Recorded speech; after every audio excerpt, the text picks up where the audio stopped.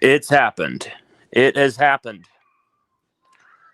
As LSU Odyssey reported maybe, an hour ago, 2 hours ago, something like that, Brian Kelly unthinkably has been fired from LSU. Now, today started out with, he's going to get rid of some, Joe Sloan. He's going to fire Joe Sloan. He's going to fire this guy. Just a bunch of scapegoats again. And the conversation that he was having with Scott Woodward went sideways. And there's a few moments yesterday, not just in the press conference, but some of his interactions with Verge Osberry and donors on the sidelines and things that went as badly as it could go between a head coach, especially a head coach who greatly needs that support and is going to have to go back to the well to ask for a ton of money this offseason to try and rebuild this. And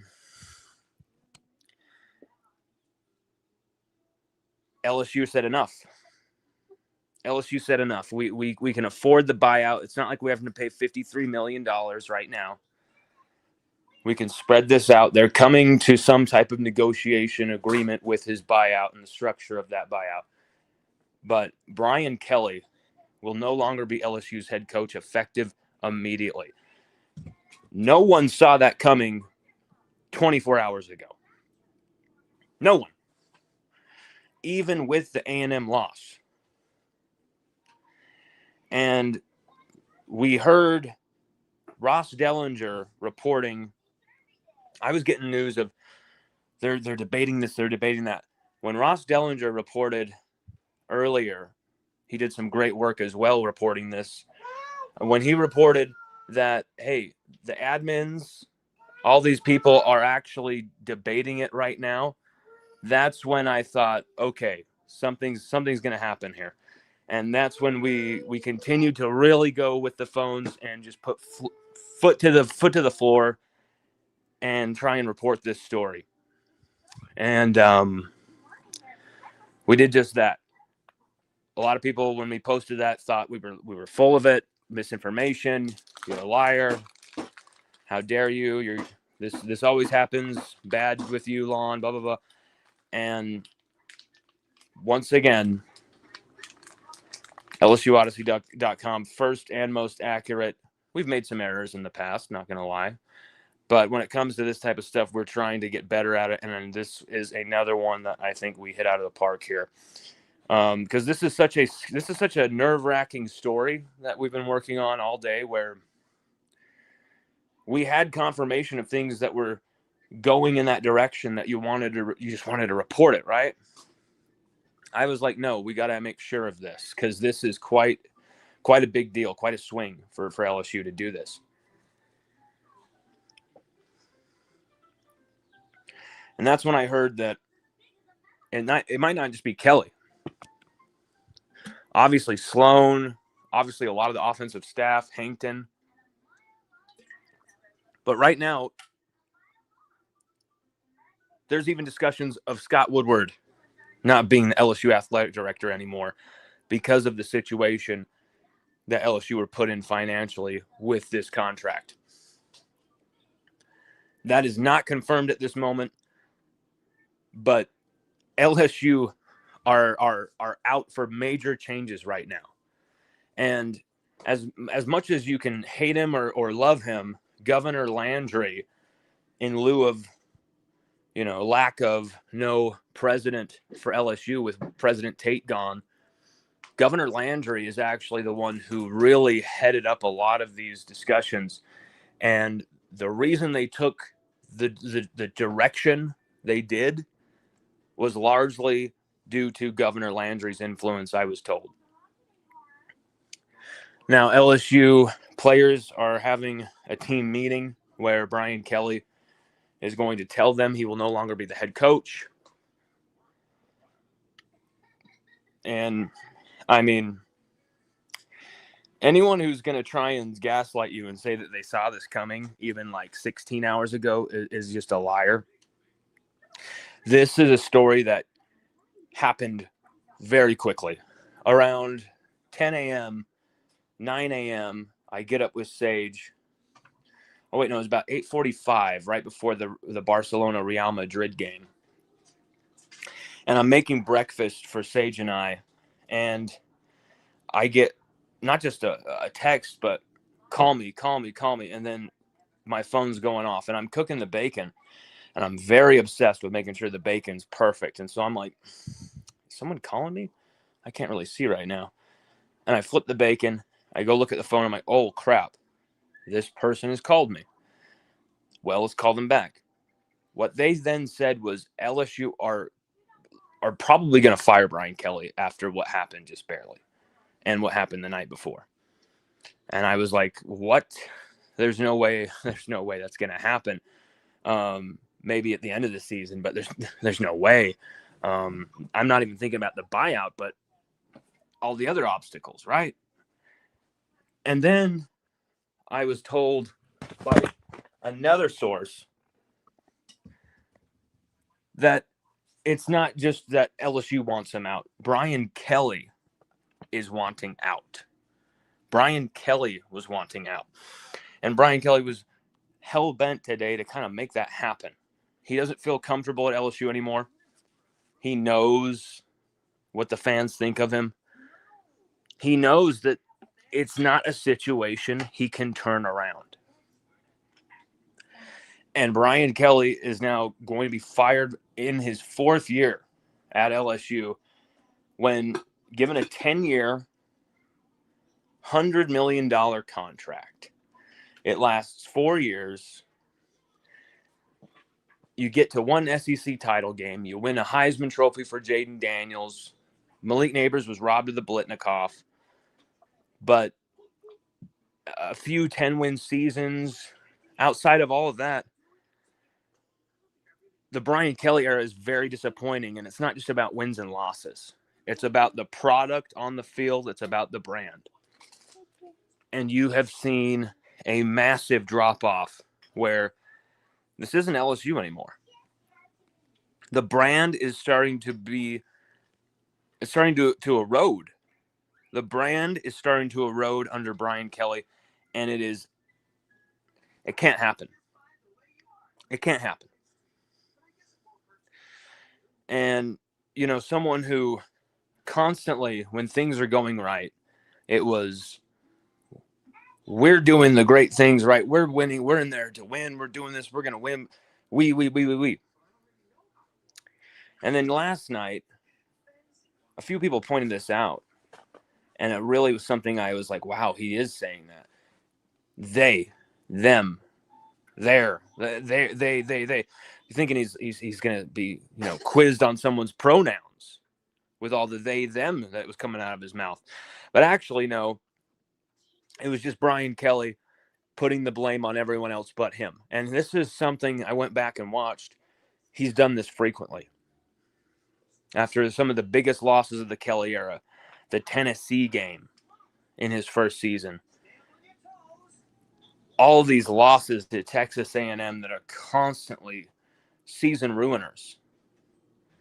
Last year's loss to Alabama, where Alabama literally came onto your field. Brian Kelly had like a 20-something-0 record at Death Valley at night. They came in there and literally facialed you.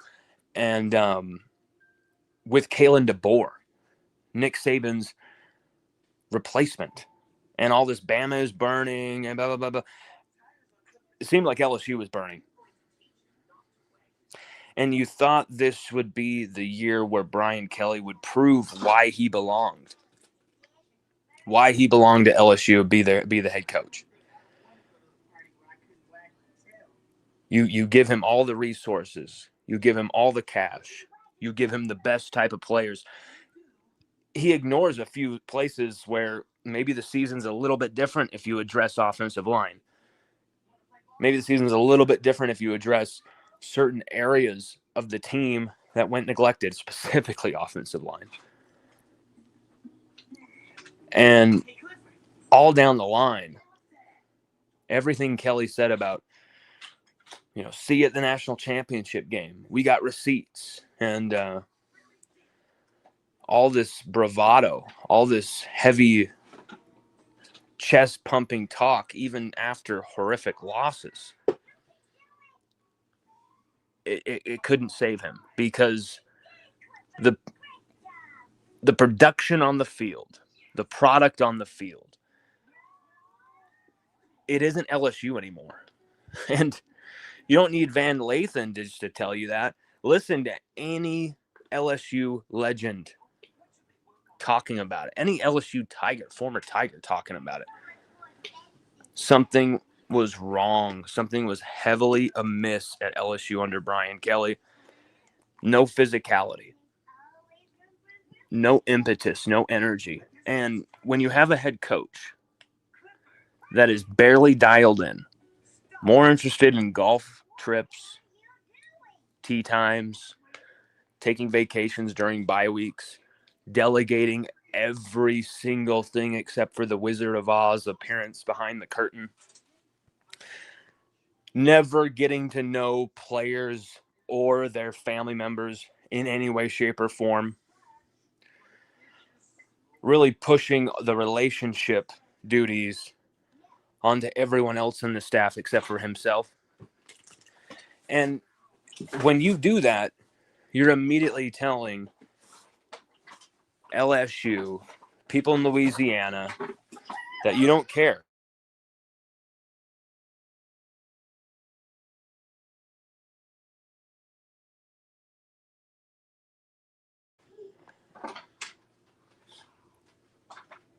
I mean, I remember Malik Neighbors' mom even telling me that she never even got to know Brian Kelly. She never met Brian Kelly once. The amount of players and their families who said, I did not get to know Brian Kelly at all, is astounding.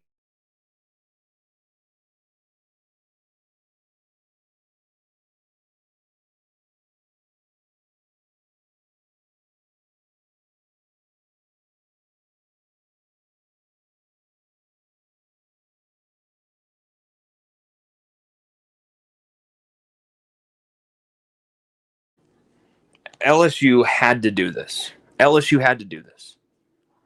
There was no other way around this. You could not go back out there for another game with him as a head coach. You couldn't.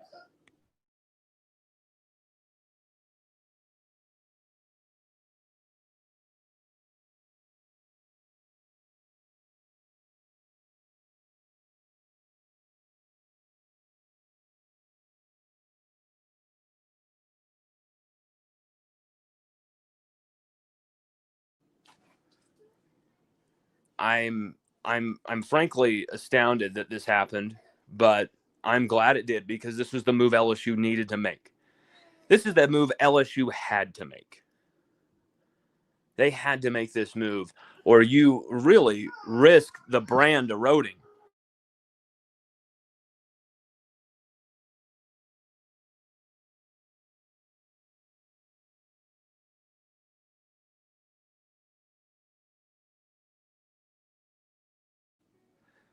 LSU had to make this move. And thank God they made this move. Sorry, my son is in the corner with Chelsea being a butt right now. Perfect timing, Sage. Wow. It happened. A lot of people were dreaming that this would happen, that the buyout would happen. But so many people said, oh, well, the $50 million, that was never a part of it. We never needed to pay the man a lump sum of $50 million. And so when you find out that this could have been done, it makes you think, why the hell this contract, why the hell was it ever put into writing? How could you pay a man who had never won a championship, never coached in the SEC? What was it, 75 million guaranteed and $100 million contract, 10 years? Absolutely astounding. And so maybe Scott Woodward will go because of that decision alone. And it wasn't just, my opinion or whoever's opinion. A lot of people were saying that Scott Woodward's future and his, being able to stay at LSU and kind of his reputation as an athletic director at LSU is tied intrinsically with Brian Kelly's. And here we have it. When you have a very bitter enemy, Texas A&M, who's never even been to an SEC title game, and they are destroying you in the second half, 71-13. There's no excuses. There's no way around that. There's no way to explain that other than a team that does not want to play for its coach, a team that does not like football anymore, a team that feels like football is a job. Football is an NIL thing. Football isn't fun anymore. Football is a service to the community. Like, those players did not look like they were actually enjoying the game of football anymore. The fans definitely weren't enjoying the game of football anymore. And now many are going to wonder just how many LSU Tigers are going to enter the transfer portal now after this. I mean, this is just biblical negligence by Scott Woodward to get LSU into this situation with a $100 million contract. And so, like him or love him or hate him, both, Governor Landry is kind of pushing this decision, pushing this through. And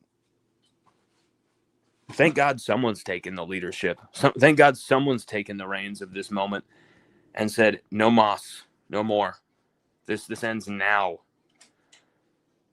We wrote a few years ago a story about, last season, a story about the disconnect within LSU, between Brian Kelly and his players.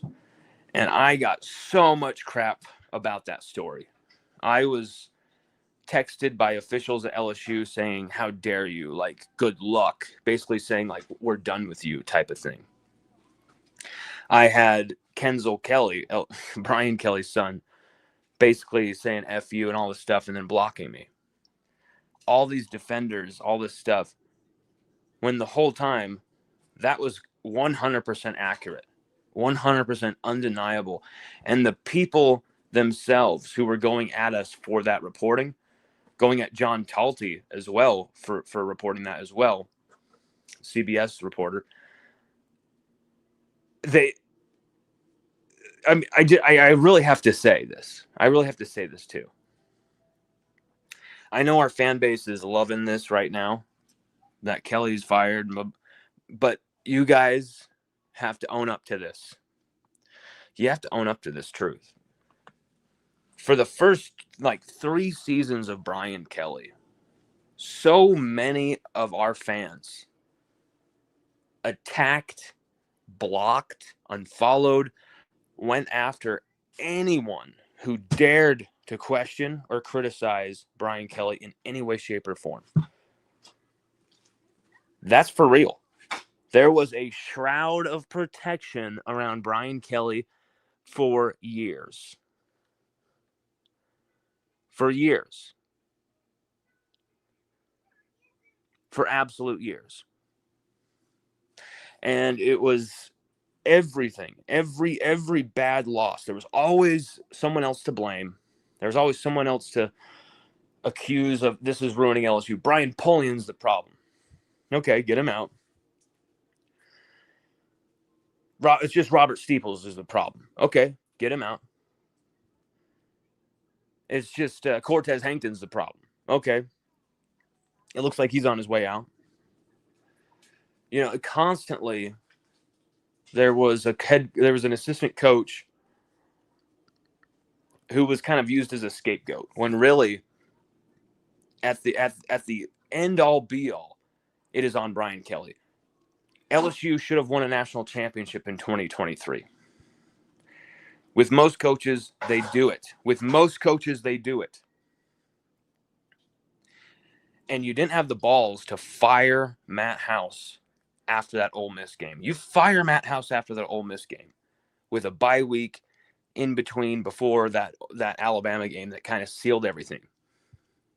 Maybe you have a chance. That new guy comes in, starts Whit Weeks as a freshman, kind of figures a few things out. It's not going to look perfect. It's not going to be great, but it would have been enough with that weak landscape to at least compete for a title. And if you look at that offense and what they were all about, I wouldn't be shocked if they had done it. Who was in their way? A washed up, out of sorts Alabama. A really defensive, couldn't score too many points Michigan. And Kelly did not have the stones to make that move. Didn't have the stones. Didn't have the gumption to say, this isn't not working. I have to change this. This season, how many times did you see Brian Kelly refuse to make a big move that would have maybe shook things up, maybe would have changed things for the better? And every time he refused. Every time nope, we're good. I'm going to stick with Weston Davis at right tackle, even if he gets Garrett Nussmeier killed, even if Garrett Nussmeier gets decapitated because of Weston Davis. We're going to ride with him. Even if Garrett Nussmeier can't throw a pass over 15 yards because his entire core is ripped to shreds, even if he's, got his knee screwed up and his foot screwed up, and on top of all of that, handicapped by a bad play caller and his own mistakes and errors, then he just never changed anything. 1 second, everybody.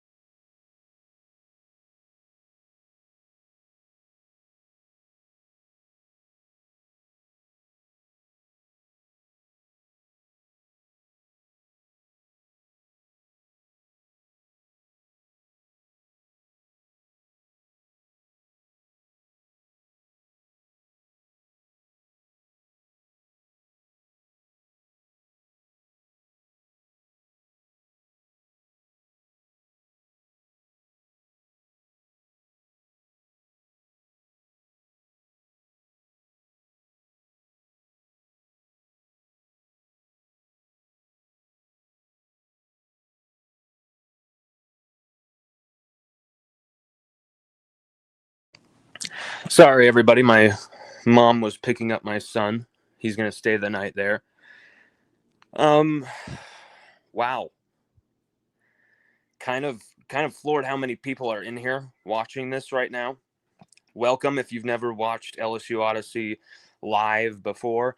Welcome if you've read our articles, but you've just never come around to watching the podcasts, or if you were completely unfamiliar with us. We've been doing this for almost, I think, borderline 8 years, something like that. And we have a lot of fun doing this. And especially when we can provide the fan base with some type of clarity, some type of truth, not something distilled and spoon-fed out into the public, but actually something real. And that's what we were able to do here with this breaking news of Brian Kelly being fired by LSU. Quite a shocking story. I'd also like to credit the hard work of Ross Dellinger, who was reporting that the admins met up. That was something that helped me on my reporting, because I was trying to make sure 100% that the admins and all these people had met up with each other. And also Pete Nakos from On3 has done some great work on this reporting. So really, really proud to be working and reporting and doing my job as long as I can, the best I can. And we've made errors in the past. We've had mistakes in the past. But this wasn't one of them. And we're very, very happy that LSU has some type of change to this, because Brian Kelly, I don't think he ever fit with LSU.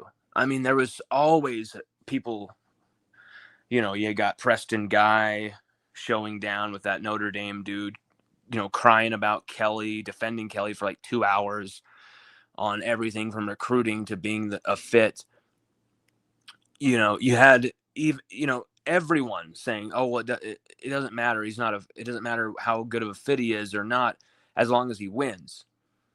But I always felt differently about that. I always felt like, yes, okay, you don't have to be, from the Bayou to coach LSU. You don't have to be from, Florida to coach Florida, any of the Florida teams. I understand that.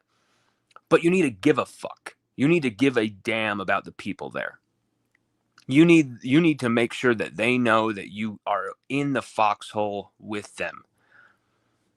And I don't think Brian Kelly ever did that. I don't think Brian Kelly ever was in the foxhole with his players. I don't think Brian Kelly ever was with them in the hard times. I think Brian Kelly would be off on some vacation somewhere. And I mean, this, what I'm also hearing too is something that we were going to put out, but I kind of felt like that's just kind of a hit piece putting that out.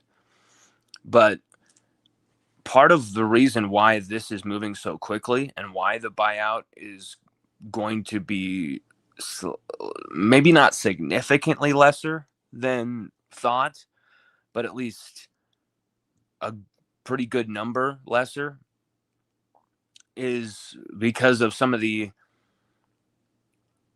things that happened just hours into Brian Kelly being an LSU head coach.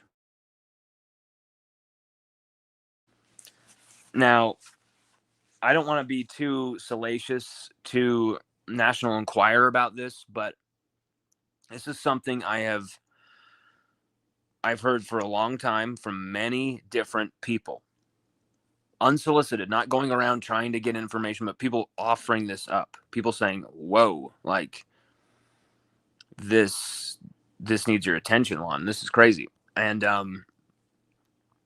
people actually driving me up to the house that Kelly lives at in Baton Rouge and saying, that's where the incident happened. This was far back as like a few weeks into him being a head coach at LSU. But for some weird reason, I don't think a lot of fans know about this story. Kelly, hours within being LSU's head coach, was being shown, really nice homes right there by the lake, right there in Baton Rouge, in kind of the same neighborhood as Todd Graves. And he was being shown these houses by a realtor who happens to be the daughter of Dee Bro, LSU gymnastics coach legend. Now, I'm going to use the word right here to protect myself, allegedly, but this has almost been confirmed by the fact of the divorce proceedings that came after this. But Brian Kelly has some type of sexual relationship, allegedly, with Dee Bro's daughter in the house that he was being shown. And from that point on, his time at LSU was kind of in a crazy spot, because only months after that, he hasn't even coached a game of football at LSU. He doesn't think Louisiana people are smart enough to understand this. He doesn't think we're, going to understand or be, hip to this. But he goes to the county clerk's office and files for divorce from his wife. And not only files for divorce from his wife, Packy, but files for a restraining order.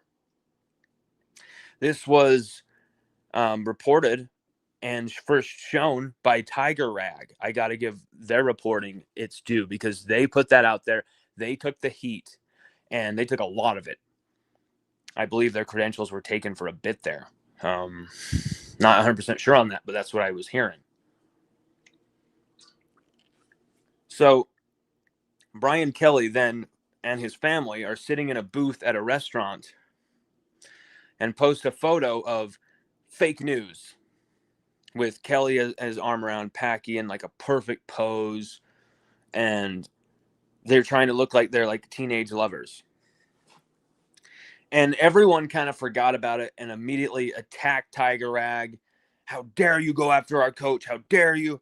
A lot of the people who might be watching this show, you know it. You were so in defense of Kelly, you couldn't see that the man literally filed for freaking divorce officially. And then you want to say it was fake news? The dude filed officially. And not only that, her own filing, Packy's, in response, had a lot of other juicy details that we're not going to get into here. But from the moment of that first alleged infidelity, you had Brian Kelly kind of in a very weird spot at LSU. $100 million, $10 million a year, coming out of the Midwest in the snow, that changes people.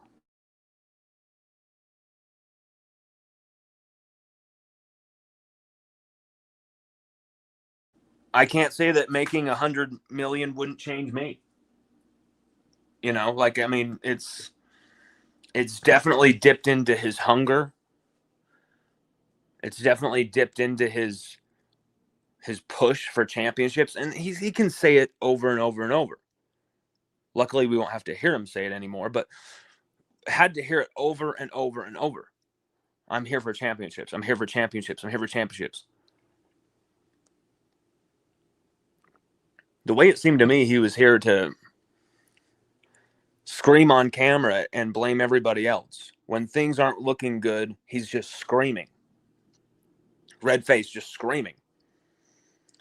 But the whole fact that you go from thinking that your players are beneath you, that the community is beneath you, that you don't have to go up and handshake with anybody at these get-togethers. You are protected behind a wall of security guys. How do you, like, you know, TJ Ribb's show?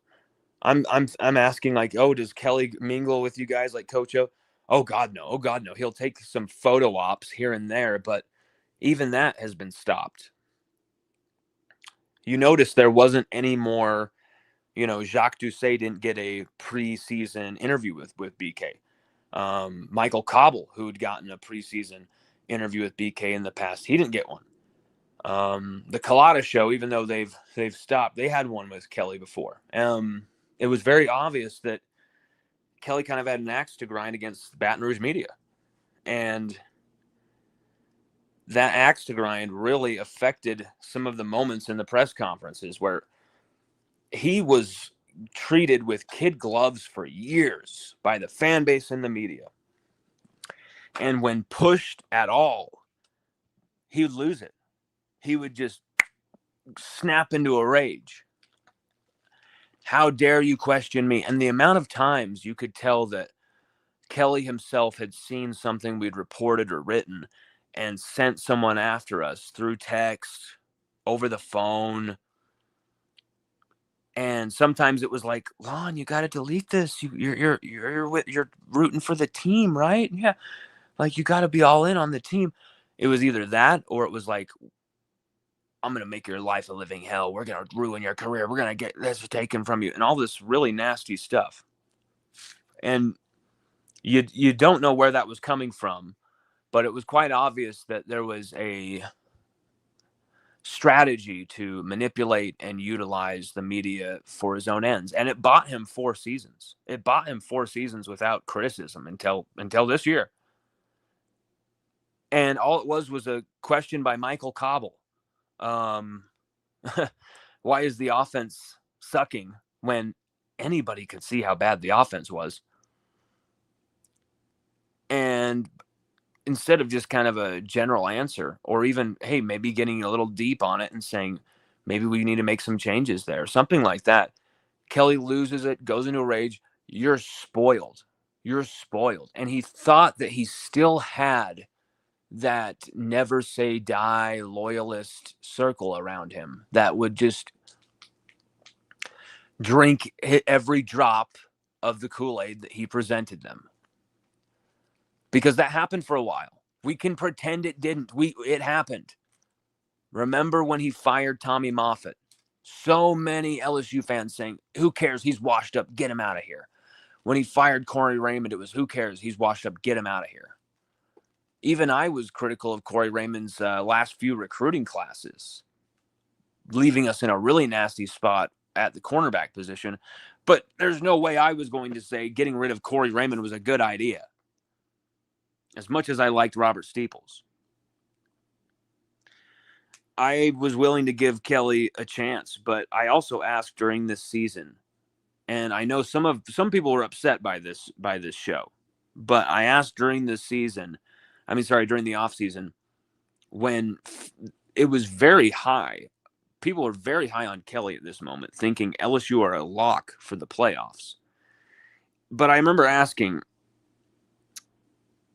is this normal at LSU? When have we ever seen LSU give someone like 5 free years to see if maybe they can win a title? Maybe they can compete for a title. It's not it's unheard of.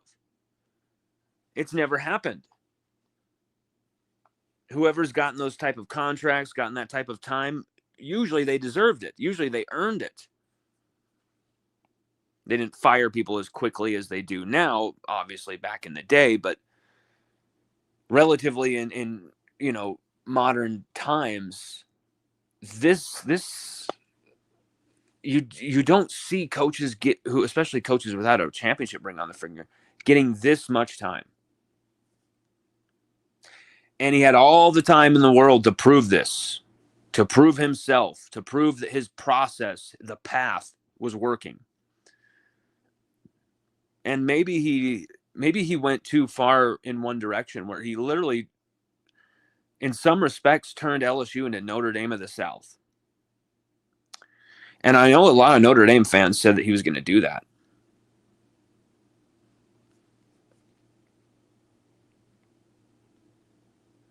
And that's exactly what happened.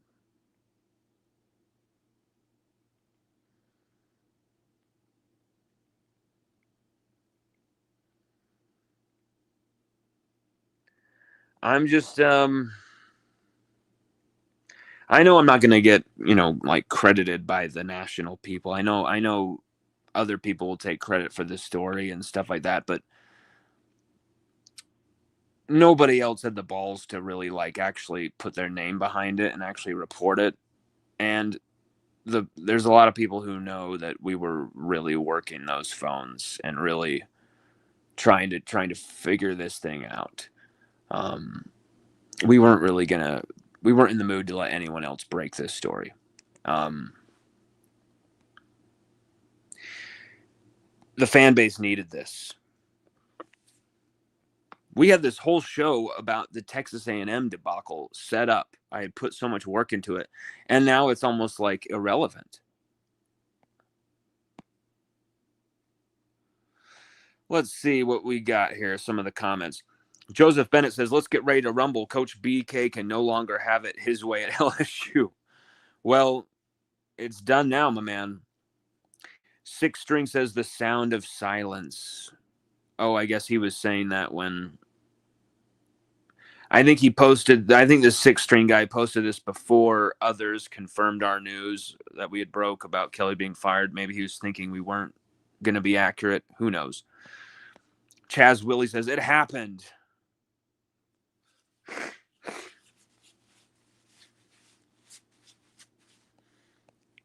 Yeah, I saw that our guy Ross Dellinger reported that, and we actually hit up Ross to get some information on what was going on with this. He didn't respond, but would love to see a credit from them. That would be cool, but they did their own reporting. Maybe they wanted it to be buttoned down or whatever. It was buttoned down when we reported it. It was done when we reported it. I don't know what took the others so long, but this happened very quickly, but it also had its roots in years and years and years of this ineptitude. Paul Tarver says, wow, thought BK might be so frustrated at the end of the year he would retire and go on TV, saving LSU tons of money. I can't see him going on TV and being a likable figure on television. Can you? I mean, maybe the crass dad jokes work better in that situation, perhaps. Joseph Banks says, but BK is laughing all the way to the bank. Yeah, but as we just discussed, it's not going to be as much as he expected. And here's the thing. This, as much money as he's going to have, fine. He already had a ton of money. This has ruined his legacy, in my opinion. This really was a chance for him to prove that he could be that coach, take that next step. So many years as a grizzled veteran, gotten close, deserved a shot like this, right? Well, you don't deserve it when you disrespect the community instantly. Everything seems kind of fraudulent, from the fake accent to just so many of the things around LSU that were just so forced by Kelly. And I get it, Louisiana is a tough place to fit in, but really, you don't have to do anything but just be yourself, and it'll work. But Louisiana can smell a fraud from a mile away.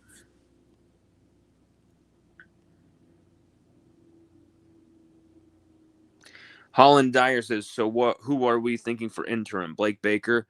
From what I was told, it would be Frank Wilson, who will be the interim head coach. Frank Wilson.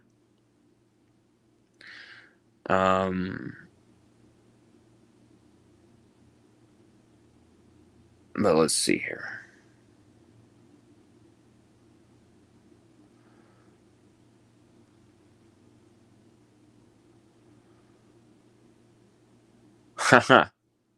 We just got our tweet retweeted by one of our sources, actually.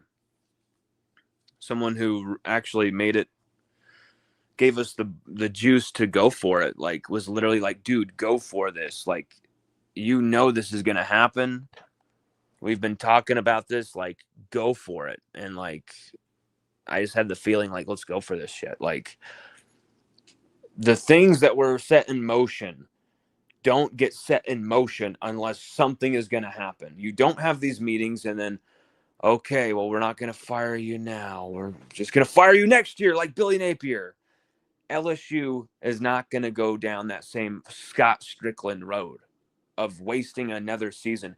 LSU could not afford to waste another season.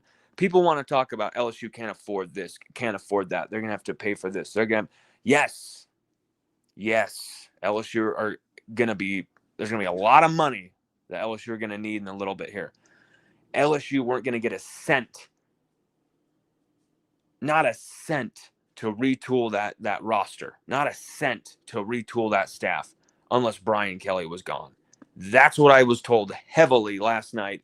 And I was like, well, I guess we're screwed because Kelly's not going to go anywhere. And then we're going to have a bad roster next year. I was kind of like, shit, man, I really don't want to tell the fans that tomorrow on our show, but that's what I'm going to have to tell them. And then for breakfast this morning, we got Brian Kelly getting fired. And I had to sit with that for like 3.5 hours and try and really get that story nailed down, that reporting nailed down. And what a day. What a day for LSU. What a wild day for college football. No one expected this happening. Everyone thought Brian Kelly's going to get another season at least. And then you think about it and you go, why? LSU are going to have to pay him this money anyway. But not only that, when you have a reporter like me who has all the information that I just gave you earlier about infidelity and all this alleged other stuff with he filed for a freaking divorce as well. That stuff can be put out there in the public by someone 10 times more salacious, 10 times more hit piece type of person. They could go right to the Washington Post and Kent Babb, who absolutely hates Brian Kelly, and get him to put out anything. Hell, Kent Babb alleged that Kelly was a racist within days of his hire at LSU. So there are those people who would have put out anything to make it as uncomfortable as possible or as compromising as possible for Brian Kelly. I wasn't going to do that. That's why I deleted that tweet last week, because I felt like, no, we're better than that. That's a hit piece type bullshit. Like, just don't go for that stuff. That's soulless.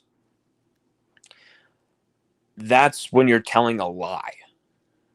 When you're telling the truth about somebody and what they've done, that to me is not in that category. And so, especially when you're talking about someone who's worth $100 million, who is holding your program hostage, something has to be done. Something had to be done to get LSU to the point where we can start looking forward to the future here. The brand had to be protected. You had to protect the brand in the end here. That's it. You had to protect the brand. That's why this happened.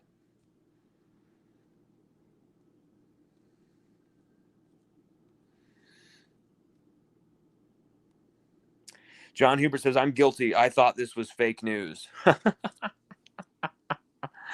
Well, now you know, bro. That's okay. That's fine. Like, I'm not going to rip on anybody who's going to, like, say, hey, that's fake. Like, it's okay. There is a lot of fake bullshit out there. But if you actually look into our past, yes, we've made a few mistakes. Every single person doing what I do does. And in fact, a lot of the corporate people, a lot of the business people, the sponsorship people, they tend to get things wrong every freaking week and never have to answer for it because of the size of their visibility and the size of their platform, which you think would work against them. But for some reason, it gives them this, like, kind of reverence from others. Like, oh, they'll never get anything wrong because they're part of this big entity. Whereas someone like us, we have a lot to lose if we get something wrong. A lot to lose when we get something wrong. Everything we've worked for could be down the drain in an instant if you get these things wrong. But now we have reported on the firing of Matt House, which was like Deliver Us from Evil Part 1.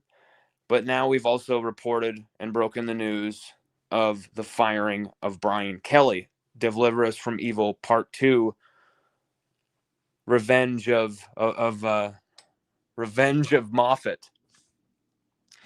And so I have no, like, it doesn't bother me. It's all good. But we don't just listen to people talk about us and what we do and how we've done it. Go investigate yourself. When someone like Blake Orfino says, you reported that Caden Durham was going to Oregon. Let's actually look at what I reported. I reported that he was being offered huge, substantial NIL offers by Oregon. He didn't accept those offers. Guess what happens a day and a half later? LSU announced some huge NIL sponsorship and all these NIL partnerships for Caden Durham. Wonder why that happened. AJ Halsey is not the most expensive transfer. How dare you? How dare you, Sherman Wilson, coming at me like crazy? Why do you think they're coming at me like crazy? Because that news was going to destabilize the locker room just off of one tweet. Because this team is soft. Because you had to pay some safety almost $2 million to come to LSU. It destabilized the feelings of everyone else. I guess that was the case because they were a Brian Kelly coach team. And when I talk to former players, some of the guys from the golden age from 2003, a little bit earlier than that, going into 2019, a lot of these guys say that the problem is not just that they're paid, but it's how they're paid. It's what they do with the money. And they're soft, they're celebrities, they're you know, they don't really care about football. They care about everything else but the game.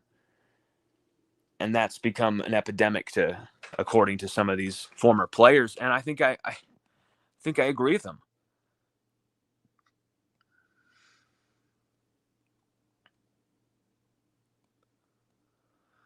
Paul Tarver says buyout may not sting as hard if what Lon reports that Kelly was wanting out as well.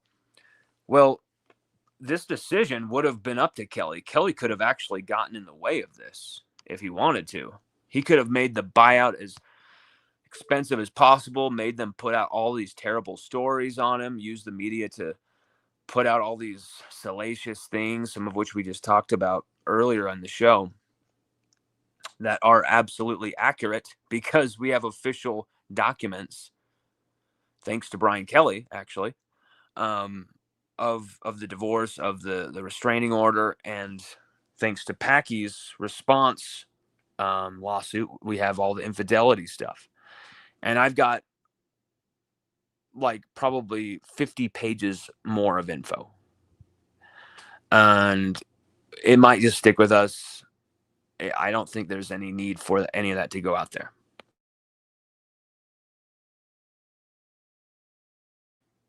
But this is definitely going to a head of mutual decision where Brian Kelly was feeling that fire.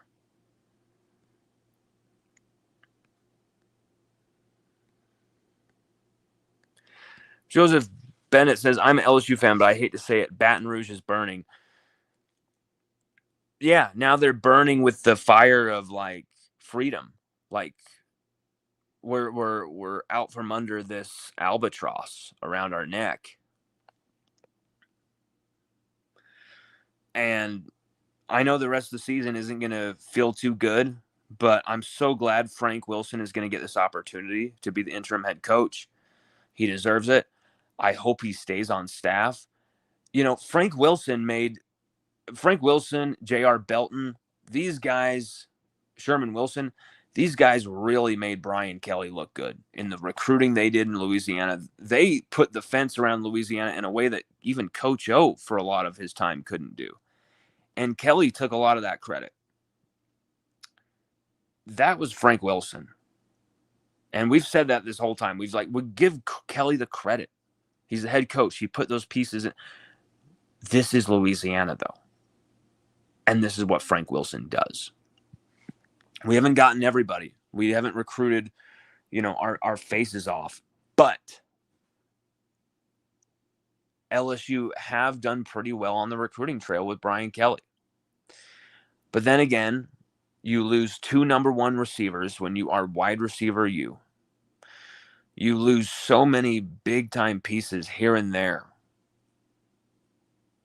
You do have some big-time flips, Dominic McKinley and Gabe Relaford would have been in A&M jerseys last night. But there was also a few guys who made plays against LSU all throughout this season that were thrown away by Kelly and his staff. So Logan Diggs scoring the game-winning touchdown on LSU against the game against Ole Miss. Say whatever you want, but he scored on us. That was the game-winning touchdown. Sage Ryan hasn't had a great season, but he had his best game against us and made some big-time plays against us. Dwight McLaughlin kicked out of LSU on Brian Kelly's first day. All he did was become an All-American after that and have 3 to 4 interceptions a season at Arkansas and was incredible. And that was a time when we needed defensive back help big time. There's Terry Bussey last night, a guy that we whiffed on as well in recruiting, who breaks off a 43-yard kickoff return to start the second half. Ashton Bethel Roman, a player that we didn't really think of or consider or even recruit. I talk to that kid all the time. His father, LSU luminary, and has that past, that history. We don't go after him. We don't use him. We don't even come close to thinking how we could put him in our program. We don't even really give him much of a recruiting pitch. And then he goes and makes some sick ass one-handed catch for over 40 yards against us in our face, in our own stadium. Literally the list of players that we have dismissed or kicked out from this program who've kicked our ass directly or are kicking ass elsewhere. Debo Atkins at Auburn, another one. The list is voluminous. And that is on Brian Kelly completely. That is completely on Brian Kelly. he made these moves. He made these moves thinking this is for the betterment of LSU, this is for the betterment. And every time he weakened the program, when you allow your starting quarterback to be smashed into submission because you're too proud to switch the right tackle, something's up. I'm worried about his development more than I'm worried about your brain, Garrett. We got to stick with this guy.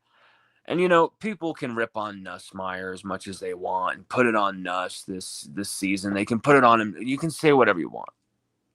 Nuss hasn't been perfect. Nuss has been poor at times. But my God,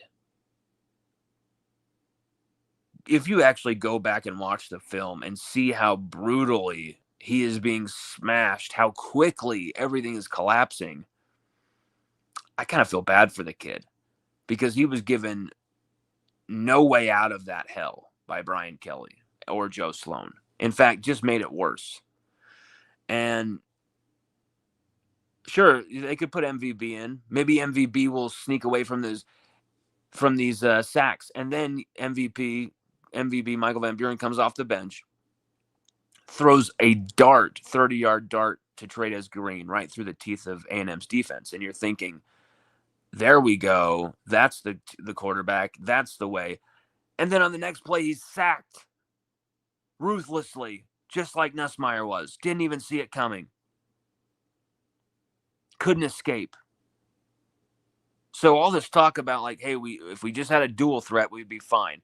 No, if we just had an offense that didn't, run the ball one time in the entire second half, if we had an offense that didn't literally have 4 out of 5 offensive linemen just completely out of their minds, tripping over themselves, blocking ghosts while another guy gets savaged by 2 at the same time. That's what she said. You've got so many problems with this LSU roster, with this LSU squad, because let's be honest. Let's don't even talk about this season, right? Let's talk about 2026. You are losing Garrett Nussmeier next year, your starting quarterback. You go from there. You're losing A.J. Halsey. You're losing Jacobian Guillory. You're losing Harold Perkins, most likely. Maybe Whit Weeks comes back, but he could also leave too. A.J. Halsey made so many plays. He'll probably be gone. Mansour Delane, arguably your best defensive player, he'll probably be gone. Jack Pyburn, it's looking like he's out of eligibility, so he'll be gone. Chris Hilton Jr. barely received the football. He's going to be gone. Berrien Brown likely going to be gone as well. Tamarcus Cooley, I think he might have one more year of eligibility. I'll have to look into that. Berrien Brown, he might have one more year of eligibility. I'm not sure about that right now. Let me look him up right now. But you stand to lose so much on this roster. So much on this roster for next season. You stand to lose across the board. Talent, depth, everything. Brian Kelly could not beg, borrow, or bother enough donors to get a penny for this next roster. Because what are they going to say? Oh, you're going to screw it up again. I literally gave you almost $30 million for this last roster. We've given you how much for you fire the entire defensive staff after 2023. Okay, everyone gone. And then 2 years later, the entire offensive staff is going to be fired as well. You have the special teams staff fired after that first year. And in the middle 2 years, you didn't even have a real special teams coach. The details never mattered to Brian Kelly. And, usually the details don't matter to someone who's making $100 million. The little people don't matter. The little things in life, the relationships, that type of shit doesn't matter to someone who's making that much money.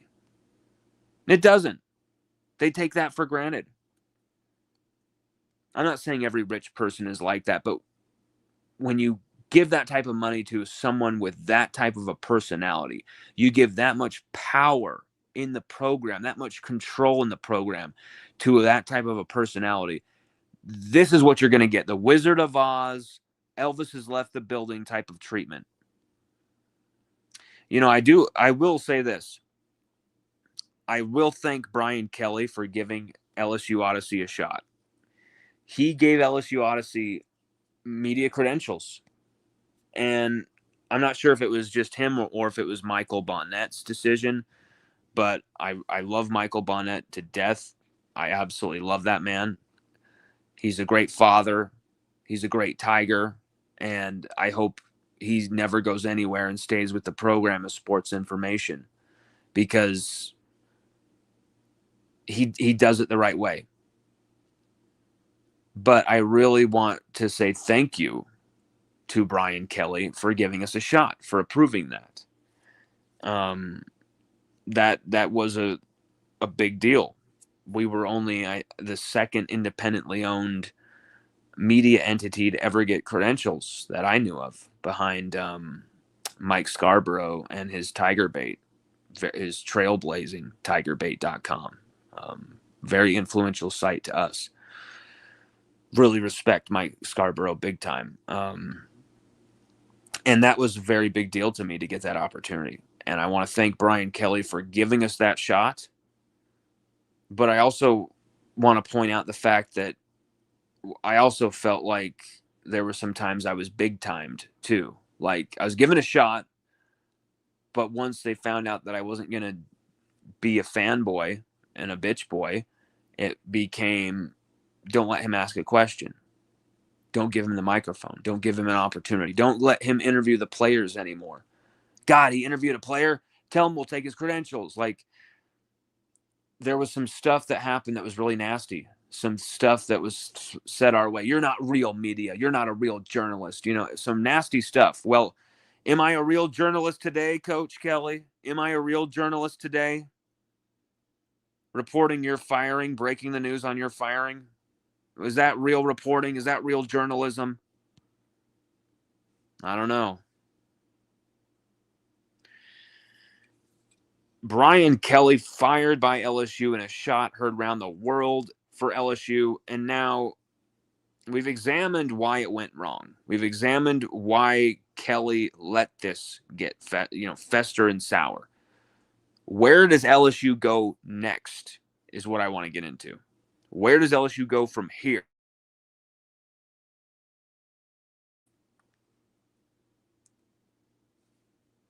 Who does LSU hire? What buyout is possible?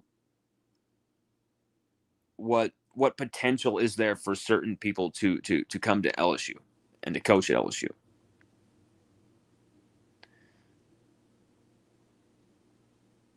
I'm thinking,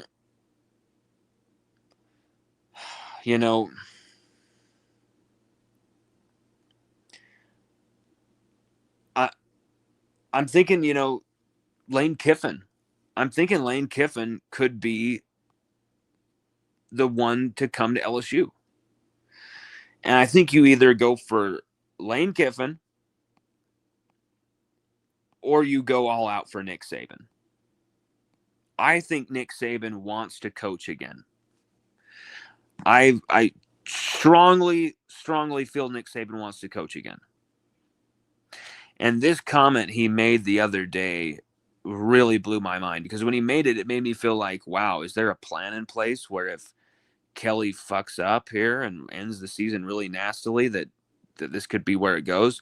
Nick Saban, according to on the Pat McAfee show, It says Nick Saban shoots down any rumors of returning to college coaching. This is a post by on3.com. He says, I want to stay retired. I do not want Jimmy Sexton. That's his super agent.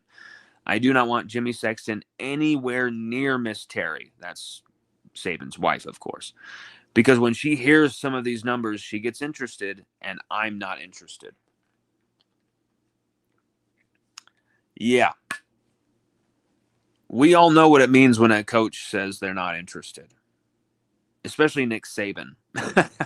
I'm not interested in the Miami Dolphins job. And then I'm not interested in the Alabama job. Maybe at one point he even said he wasn't interested in the LSU job when he was at Michigan State. But Nick Saban is a possibility. You can't say he's not.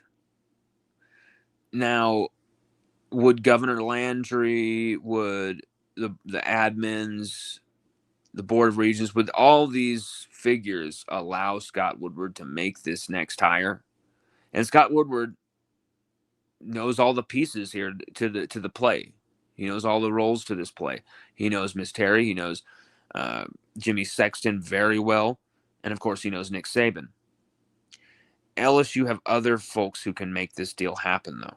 It doesn't just have to rely on Scott Woodward. And, in fact, Scott Woodward might not even be there for next season as the athletic director.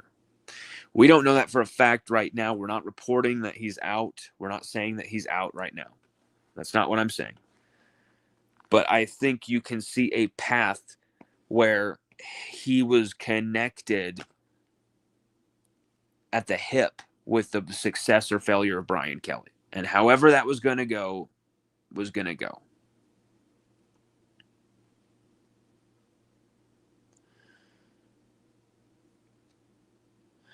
You know, thank you guys. I see a lot of people saying my guy Lon broke this first and all that stuff. Thank you guys for the support. I really appreciate it. It means a lot. I understand that these national people aren't going to give us credit, even though we were first and really put our career and our balls on the line, putting this out there. But that's not really rewarded anymore or even considered in modern sports reporting. It's all about the timing of being spoon-fed and the timing of when you hear things and all. Like, I like to just report the story when I know the story is true and when it's happening. And when I got my sixth source for this, I ran with it. I was going to go with 4, and then the second I had the 4th source, and I was like, sweet, I think I'm going to run with this. Right then, I get a 5th and a 6th, and it was like, okay. Because everyone was saying before that there was a players-only meeting that was called, but that was not true. There was no players-only meeting. And then I get word that they have just called a players meeting for tonight. You might want to run with this, man. And I'm like, yep, we're going with this.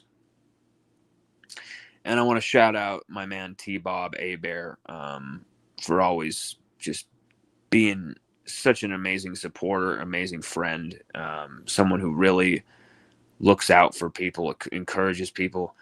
Fucking love you, dude. Really, hopefully we can get him on a show in at some point. I know that he probably has rules with his contract about what he can do and what shows he can do, but if you have time and you love T-Bob, check out the interview we did with T-Bob just a few months ago, right before his move to Barstool. We even, like, I literally say something like, I could see you at Barstool during it. It's pretty crazy to rewatch because he was right on that precipice of a big time move, big time national move. And I kind of like gave it to him like, bro, you work your ass off. You're such a great personality. I could see you taking that next step, yada, yada, yada. And so happy for him to go to Barstool and to take that next step. And really, he has fit that place like a glove, man. And he's improved Barstool, in my opinion. he's made it so much better. And I love what he's doing on Wake Up Barstool. That is a tough gig. TV morning shows like that. Good Lord. But he's always done these morning shows. He's always been incredible on the morning shows, but cable news, it's a big deal. And not cable news, cable satellite, that's a big deal. And just congrats to him. And I just looking forward to seeing how he keeps moving up that ladder and keep kicking ass.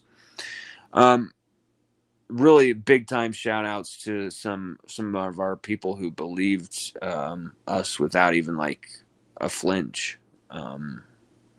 KB, my man, KB, LSU football report. There are people who are like, yeah, you can deny it as much as you want, but there's a reason when we post something that's even vague, you guys wonder what it is. And it's because you know that we have been right before. And we're going to be right again. And yes, maybe we'll make a mistake again. Maybe we'll make an error again. I'm sure that'll happen. But I'm really excited for the future. Excited for what's being put into place here. About where LSU is headed next. Because there's some tantalizing possibilities, everybody. There's some interesting possibilities coming up. I don't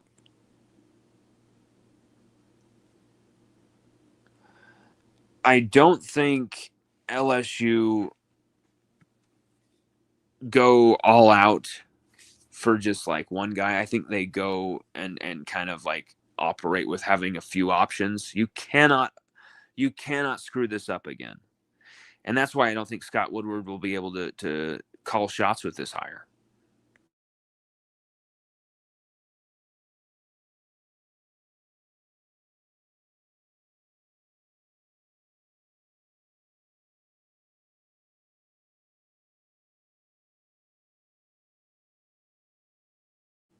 Our man Paul Tarver says LSU coach opening should be the top spot of all available right now. Yeah, but it really needs a certain personality, Not just anyone can do and can fit at LSU right now. Not after what we've experienced. LSU needs someone with some fire. LSU needs someone with some kind of like manic inner rage, like LSU needs somebody who has a perfect mix of Coach O and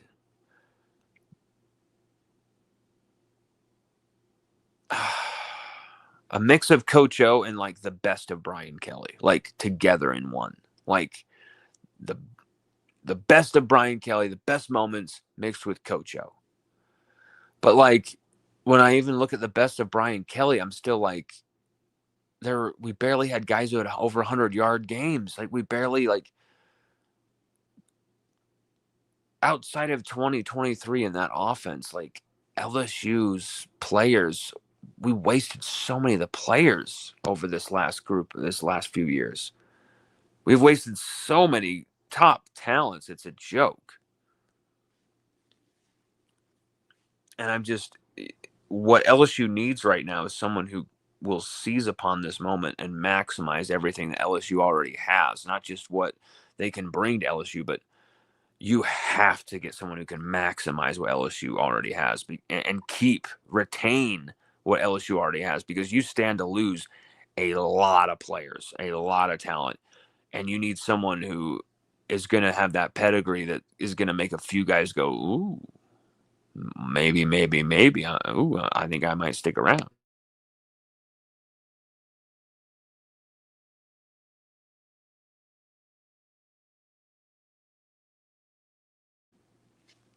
This isn't a time to take some crazy risk like Mike Tomlin or John Gruden or some crazy ridiculous name like you're going to hear.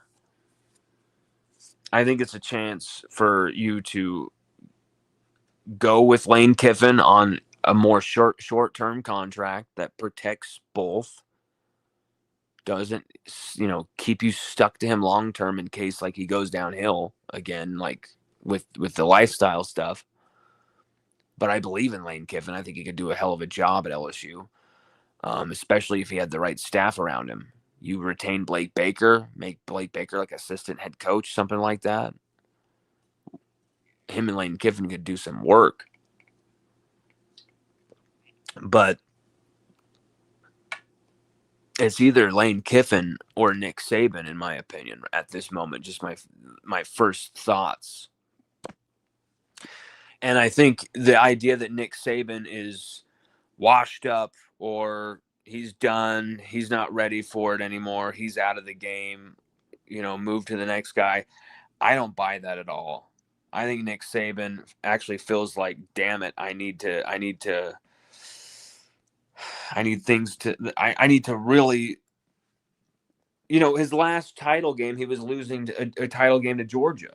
And then his last season, he's losing in the semifinals to Michigan. Like, that stuff is not going to sit well with Nick Saban. And he always said it, I should have never left LSU. I should have never left LSU.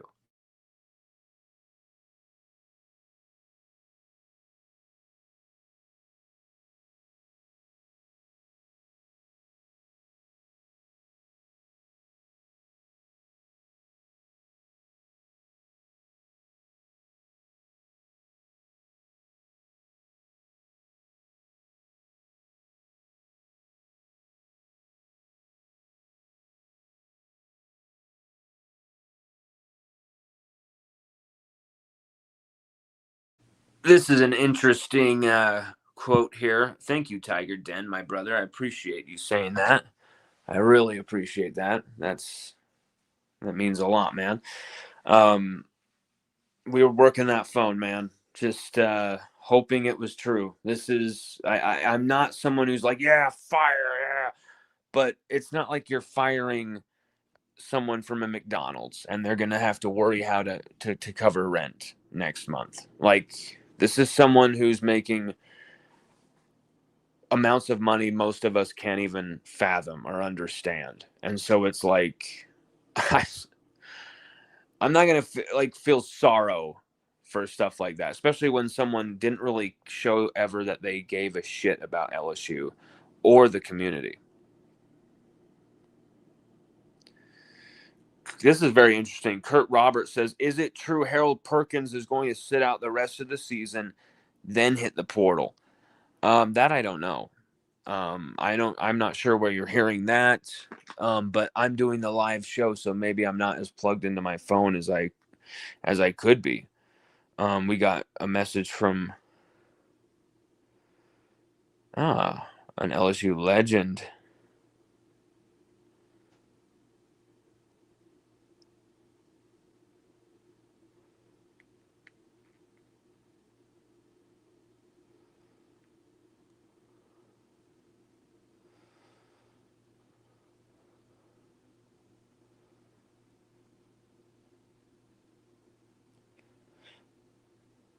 LSU legend hit us up. That was cool. We should be having some collaborations with an LSU legend coming up very soon. Someone that the public has not seen in years, someone that the public has not heard from in years, someone who is part of the great 21st century Tiger teams, Tiger era, one of the most hard-nosed, badass LSU Tigers that you can freaking imagine. This dude, and he was great in the NFL too. This dude and I have this is a childhood thing for me, a childhood dream. This dude and I have started a collaboration, and we don't know exactly where it's going, but it's going to include another really badass, hard-nosed LSU Tiger as well. I totally want to give out the names because I know they'd probably be cool with it, but I don't want to promise my people things that maybe fall apart right when they're about to be put out. I've done that in the past where I thought this is going to happen. The Darius Geis interview, and then Darius Geis bailed on us at the last second. right when the show was starting, the live stream was starting. So I don't want to tease you guys with stuff like that and not deliver. But this is going to be happening, and I'm very excited. It's going to harvest probably like 10 to 20 different shows where these guys are going to be on in different variations and like profile interviews of their own careers and then their own takes on the current, state of LSU, that type of stuff. So I really am very pumped for that. But as for Harold Perkins, sitting out the rest of the season and then hitting the portal, man, is that something he could come back from as a player? Is that something he can really come back from as a player?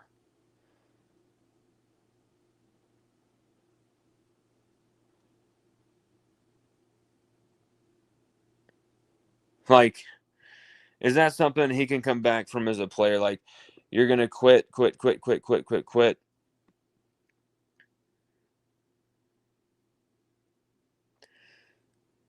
Sit out this thing again, have another injury, then you're going to sit out this season, and then you're going to choose to sit out when we can't even figure out your position. And maybe a lot of the things that we're like worrying about and kind of like, it's that he hasn't played enough football. It's that he hasn't had enough on-field experience. It's that half of the time he doesn't even know where the hell he's supposed to be on the field.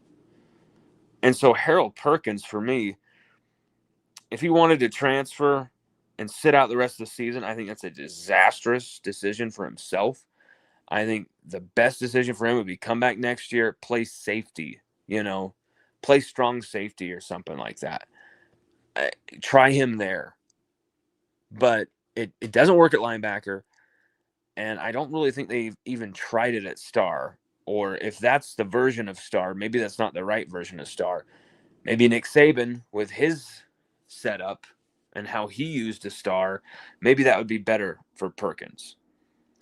But putting Perkins in the box way too much every play against running quarterbacks and expecting him to be that spy that dominates the showing and really like mirrors every movement of that quarterback and stuffs him. He only did that for one game in one season against Alabama, and it wasn't against a true dual threat quarterback, but a guy that could hurt you with his legs. And outside of that, we didn't see it. Cade Klubnik, a few plays where he, chased him down and made some great sideline to sideline plays, but it's Cade Klubnik. And then he had a great game against Lenore Sellers. We can't deny that. He had a hell of a game against Lenore Sellers. Both him and Whit Weeks did. But you don't see this consistently from Harold Perkins. If he wants to transfer, if that's something that he's going to do, that's a damn shame, and that's a big what if in LSU history. What if with that kid? How did you screw this kid up? How did you get this situation to this level where it's so dysfunctional, where it's like a positionless, role-less role where we don't know what to expect from Perkins on each play, and neither does he. And some of the things he does on the field, I don't care what your position's called. I don't care where you're supposed to be like, oh, I'm a linebacker or I'm in star.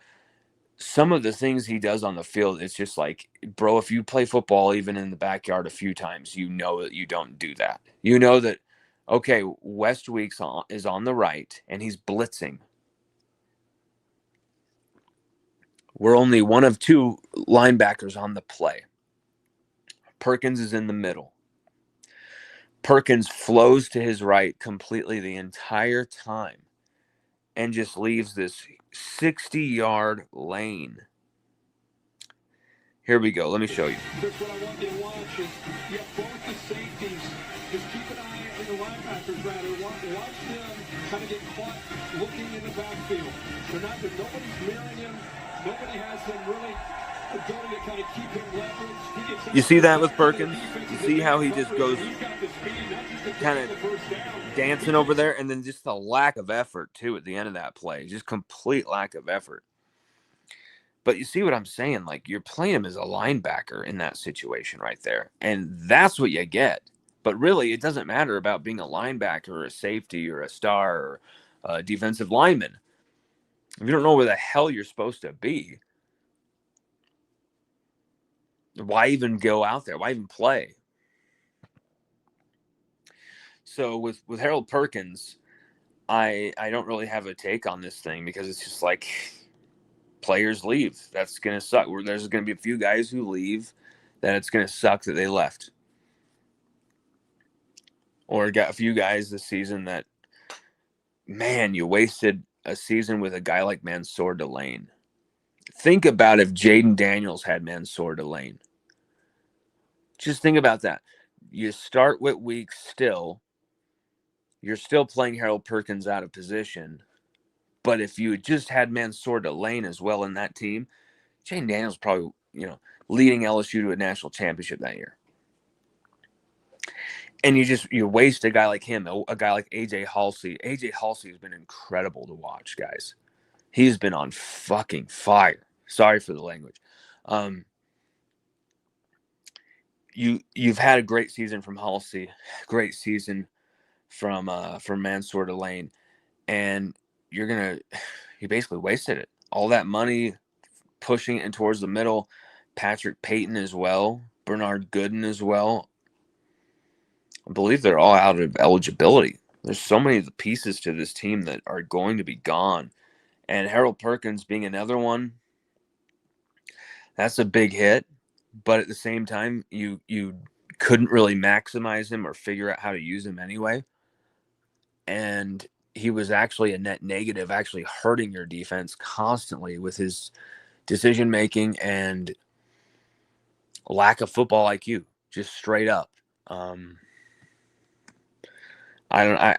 It's hard to even, it's really hard to fathom how LSU wasted this player and couldn't figure it out. Pope of LSU says, "You said it best. You've got to protect the brand." That's why they made this. That's why they made this decision, brother. Pope of LSU is why they made this decision. Everybody, if you want to help us, visit and subscribe to LSUODYSSEY.com/subscribe. Plus, you can follow us on Twitter at Lon Phillips, Instagram at LSU Odyssey Lon. Always posting our breaking news and updates and all that stuff on LSUODYSSEY.com, as well as Twitter, as well as, YouTube, Instagram, as many platforms as possible when we're doing live shows, when we're putting out articles, when we're doing all this stuff. Facebook even as well. We link that through our Patreon, but the Patreon, don't worry about that. It's for free. I would say 99.9% of the stuff we put out is free. Some of the deep-seated information, the deep dive information we make for this only the subscribers. And really, thank you guys so much for those who have subscribed. Oh my God, I just read a comment that who was like, "Stop me in my tracks." I'm like, what?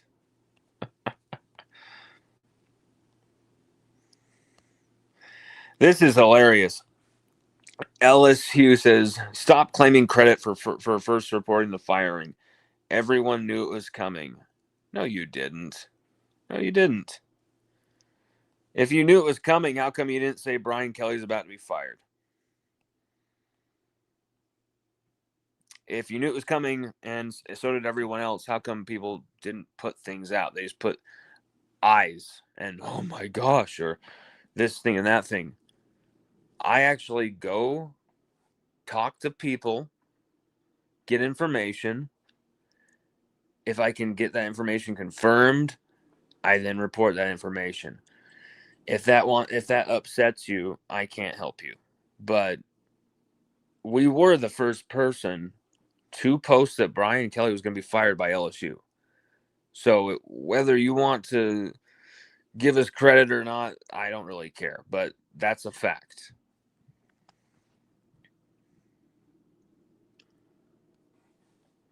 Paul Tarver says, Lon did the digging and properly sourced story in real time. Go, Lon, go.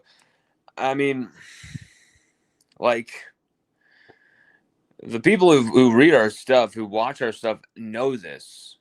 The people who don't, they get gaslit all the time into believing whatever about me. But just like, look at the Whit Weeks out for the A&M game story that we broke this last week as well. We reported what Brian Kelly said in his press conference, and then an hour after that, because we dug on the story, oh shoot, we know some people who have some information about this. Is Whit going to be out? Boom, he is. Crap. Report it, because we know that source is as trustworthy as they are. Anyone who watches our stuff probably knows who I'm talking about as well as that source. We don't have to prove that we talk to sources or any of this stuff. The people who know. We're not perfect. We're never going to be perfect at what we do. But you can't say that we don't have a seat at the table or skin in the game, or that we don't do this for real. You just can't at this point. And so I don't really care what other people say about that type of stuff. It doesn't really bother me, Paul. I know, God knows, that's really all I care about. LSU says, I'm leaving this stream. You guys sound stoned. I think you might be stoned, bro, because if you think I'm two people, you said you guys. If you think there's more than two people or more than one person talking, I think you might be the one who's stoned, brother. Go Tiger says, Lon, whatever happened to that big story you were teasing months ago that you never delivered? I think I actually explained that at length at the beginning of this. Like, I explained it, unleashed it at length at I'm not sure how long into this show, but at some point in this show we did. There's many people who are watching this who heard what we said. And that's the story.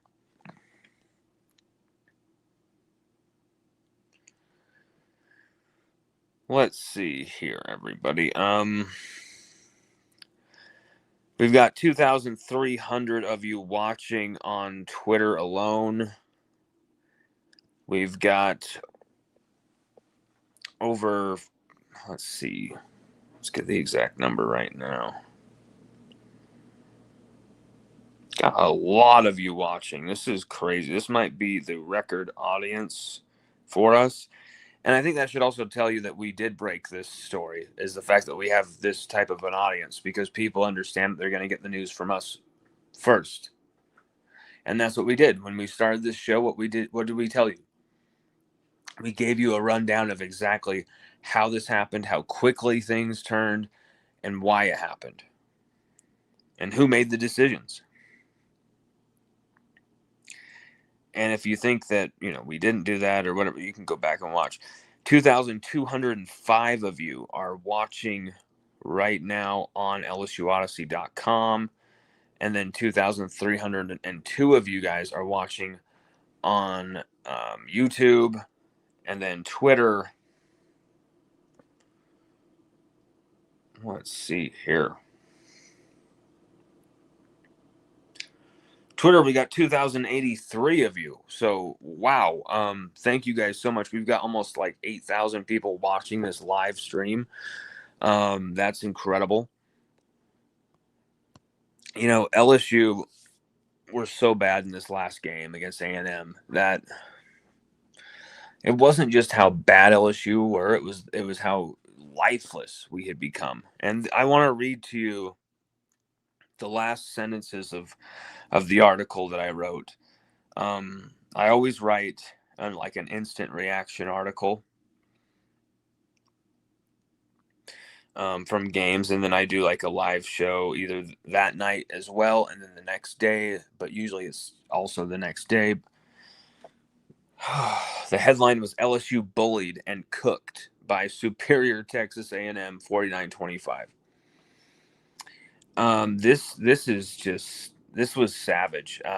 Giving up 21 points in the third quarter, allowing 205 return yards, including a 79-yard punt return touchdown, a 43-yard kickoff burst, and numerous other long returns. Surrendering 7 sacks. I think 5 of those 7 were on third down, it was. And that's against your quarterback who's already hurt.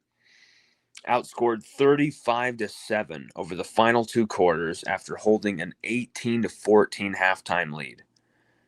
And that's almost identical to last season where LSU 36-6 outscored. So LSU outscored 71-13 in back-to-back years in the second half combined against A&M. 71-13. Unfreaking real. And your offense finishes 2 of 13 on third down. You give up 200 rushing yards. And then you have 3 huge opportunities.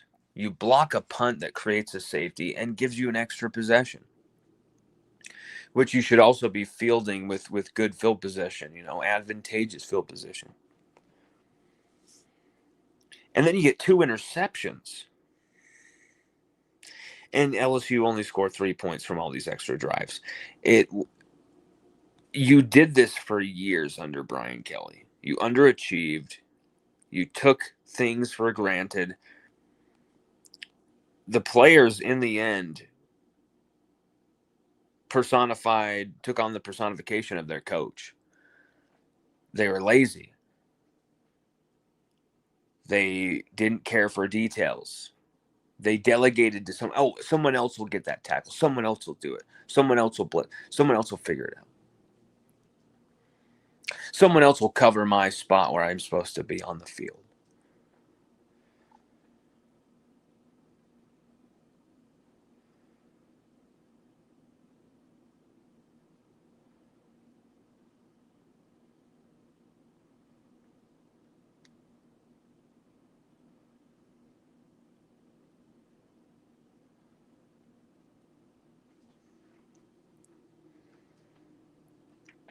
I just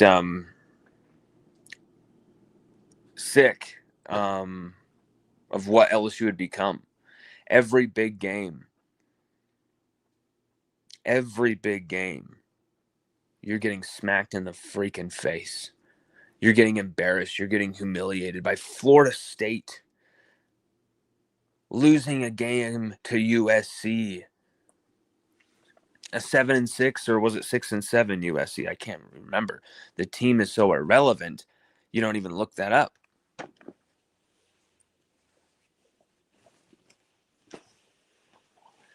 These huge losses to A&M. I mean, right after you beat number 1 Alabama with a 2-point conversion, the apex moment in Brian Kelly's career, probably outside of the title game.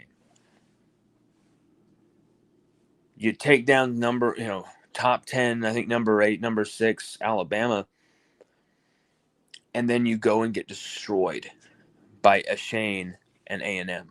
Absolutely eaten. There was always 1 step, 2 step forward, 4 steps, 5 steps back.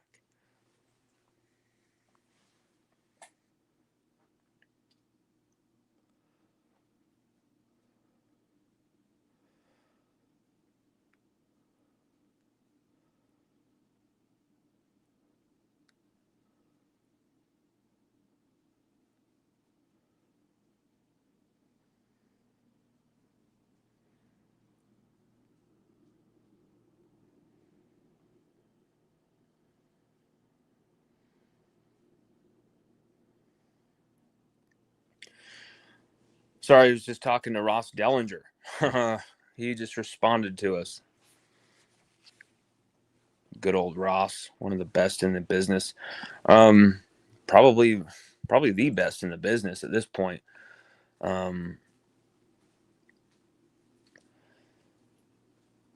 you had to make the changes. And now going forward, LSU, you just hope you can minimize the damage as far as who you're going to lose on the depth chart, as far as some of the coaches you don't want to lose on the staff. I mean, I don't think you're going to have any problem convincing Corey Raymond to stick around, something like that.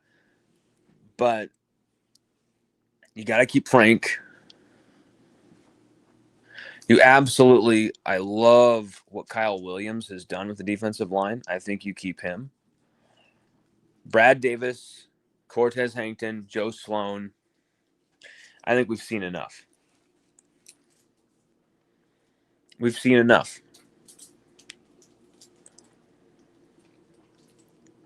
Blake Baker, I think people are getting a little crazy with Blake Baker. I mean, I get it. Everything else has looked so good, but just that dual threat quarterback thing is just murdering us. And it's just not good enough. And it is something that is Blake Baker's Achilles heel. And you're not always going to have every player available. You're not always going to be injury free. You're going to have to win these games without some of your best players sometimes. You're going to have to do this and make it happen. And maybe you don't have all the speed that you should on that side of the ball, but maybe you just have guys who are in the right spots who can make the play. Instead of Marcel Reed going for 60 and a touchdown, maybe he goes for 6, gets the first down maybe, but he takes a pretty big lick as well at the end of it. And you thought the defense had turned that corner.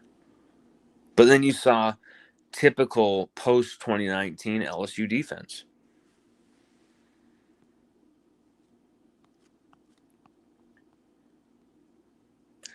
When you needed it the most, when you needed this team to be whole on all sides of the ball, all phases, each phase completely dismantled one after another.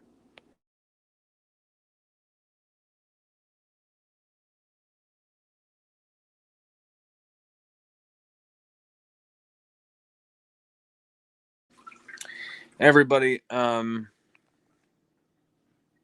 we thank you very much for watching this. Does anybody have any final comments? Any final thoughts? I'll give you mine.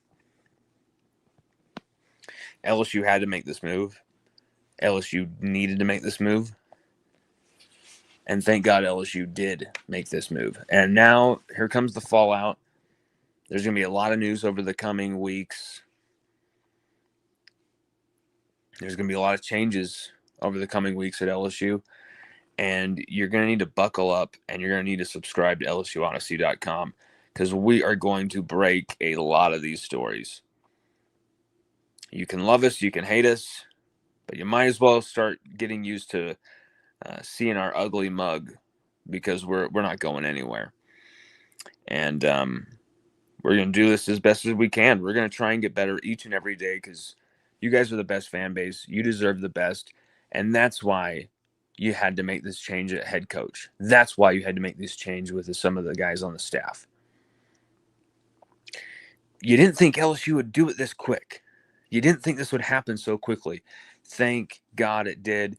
This is incredible. What a historic day in LSU history.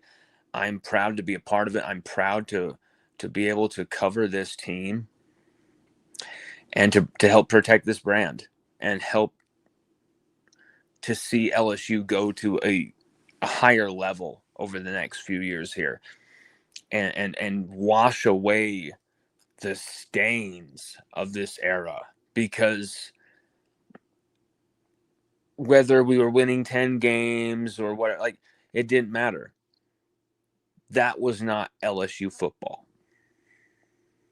That wasn't LSU football. Isolated moments of it here and there. But all in all, overall, it was not LSU football. The brand must be protected. The brand is bigger than one man. Brian Kelly thought he was bigger than LSU. He thought he was bigger than LSU. And boy, he found out very quickly the reality when you cross that Rubicon and you think that you are bigger, badder, and better than the people in Louisiana, than Louisiana State University.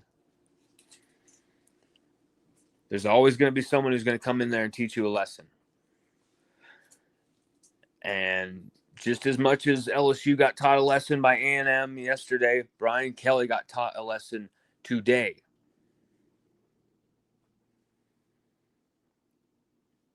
And it may be an infinite, bad mark on his legacy. But it's not my job to legislate that or to make excuses for that or to explain that. Everybody, thank you so much for hanging out with us. We really appreciate you guys. Definitely retweet our initial post of that. If you don't really believe us, you can see the timestamps on that and whatever. But it's all good. It was a fun, crazy, wild day that I will remember for the rest of my life. These are the type of days I live for as far as being a LSU reporter. Because once this type of stuff starts happening, the train starts going off, things go fast, they go quick, and you've got to be ready for it. And I want to thank my son, my little boy, Sage, for being such a very patient little boy today. Except for at the very end there when we started the show. But my God, he was a big help today, and I love that kid to death, man. And of course to Chelsea, my amazing lady, who always making sacrifices and helping us be able to do this. Everybody, have a good rest of your night. We'll be talking to you guys very, very soon. So much more to talk about, so much more to analyze. I mean, hell, if you want, we can take a little break and continue this. We'll take a 5-minute break, and then we can keep going back at this, keep talking. We'll go on as long as you guys want us. Let us know in the comments what you guys want us to do. And if you guys want us to continue, we'll continue. If you guys want us to wrap it up, we can do that as well. We really appreciate you guys watching, and thank you so much. And you know what? Fucking go Tigers, baby.